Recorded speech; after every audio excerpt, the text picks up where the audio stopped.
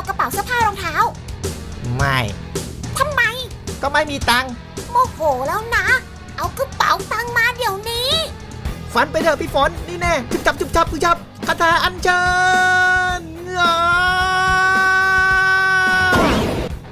จงออกมาเดี๋ยวนี้จิ้งจอก9 หาง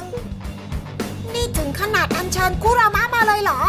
ได้จะซื้อให้ไหมกระเป๋าเสื้อผ้ารองเท้าเฮ้ยมันแน่นอนอยู่แล้วว่าไม่ยังไงก็ไม่ได้เด็ดขาดงั้นเจอนี่หนักเป็นไรกระสุนวงจักรโอเคซื้อให้ก็ได้แล้วก็พาไปกินข้าวด้วย